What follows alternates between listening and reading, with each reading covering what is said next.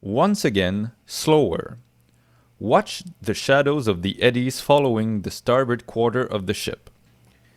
We can visualize how it acts unevenly along the hull, having more effect aft than forward, and thus creating the turning couple.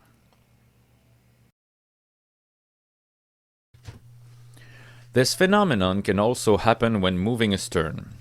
It is more likely to happen with the tug at the accommodations facing than at the forecastle break, since the force is acting closer to the center of lateral resistance.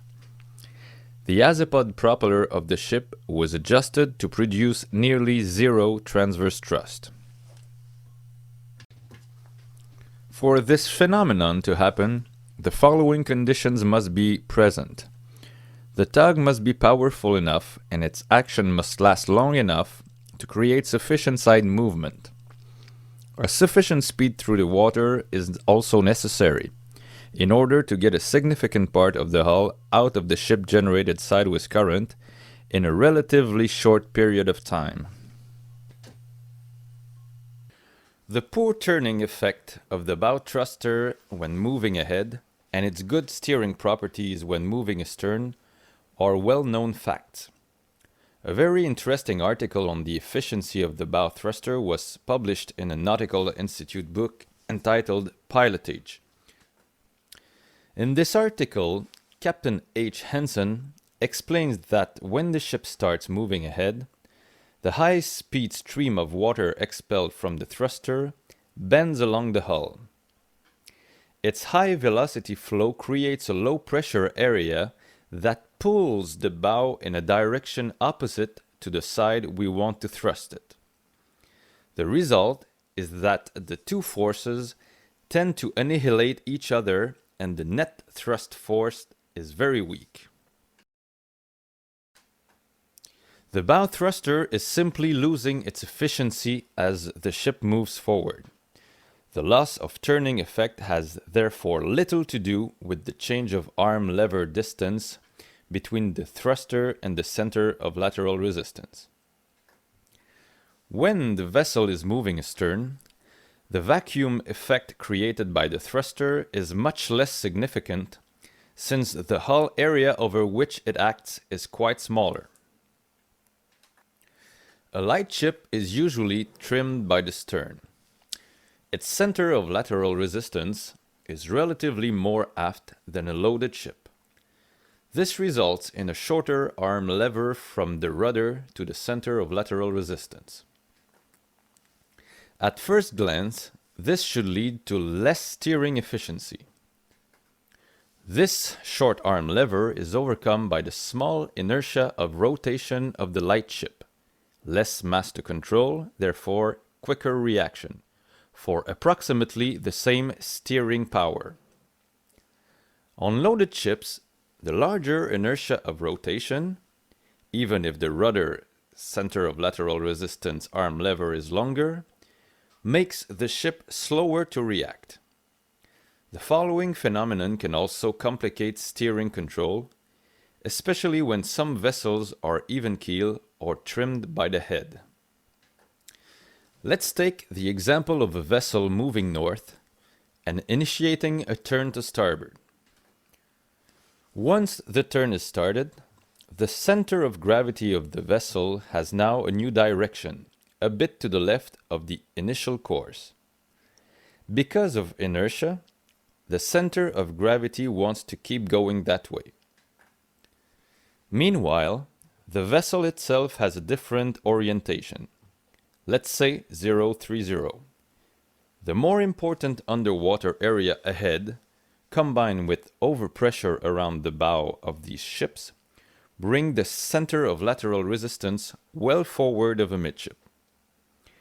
This means that relative to the new direction of the center of gravity, the center of lateral resistance would be some distance d off to the right. That distance corresponds to an arm lever that can be high enough sometimes to accelerate the rate of turn even with the wheel in midship position.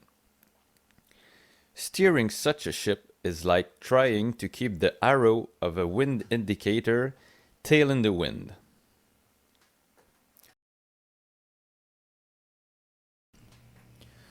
On the contrary, when the center of gravity of the ship is forward of its center of lateral resistance, it improves its directional stability. Azipod-driven vessels going astern and turning will best demonstrate the present theory. Their high side thrusting capacity will show a pivot point forward of amidship, even if the vessel is going astern, especially at low harbor speeds. In fact, I foresee the greatest usefulness of the present theory for those who handle azipod and Z-drive ships.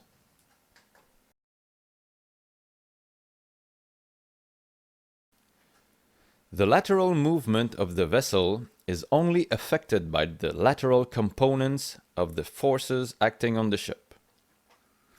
The center of leverage for lateral forces acting on the ship is the center of lateral resistance. The center of lateral resistance, initially between the center of gravity and the center of underwater surface area, shifts towards aft with a trim by the stern and towards forward with a trim by the head.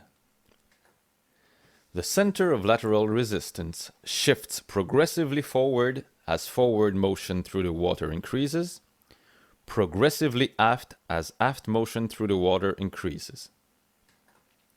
Once the position of the center of lateral resistance is estimated, estimate the relative position and effectiveness of the lateral forces involved.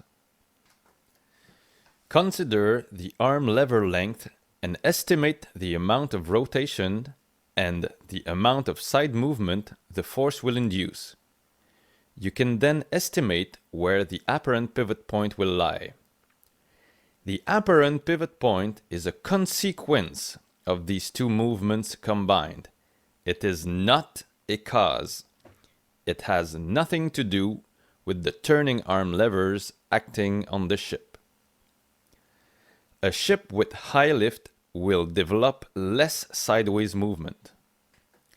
Once a ship has developed a swing and no more force is acting on it, especially at low port operation speed, the rotation effect and the ship-generated sideways current are the main factors determining the position of the apparent pivot point, which is towards the end of the ship going in the direction of the turn.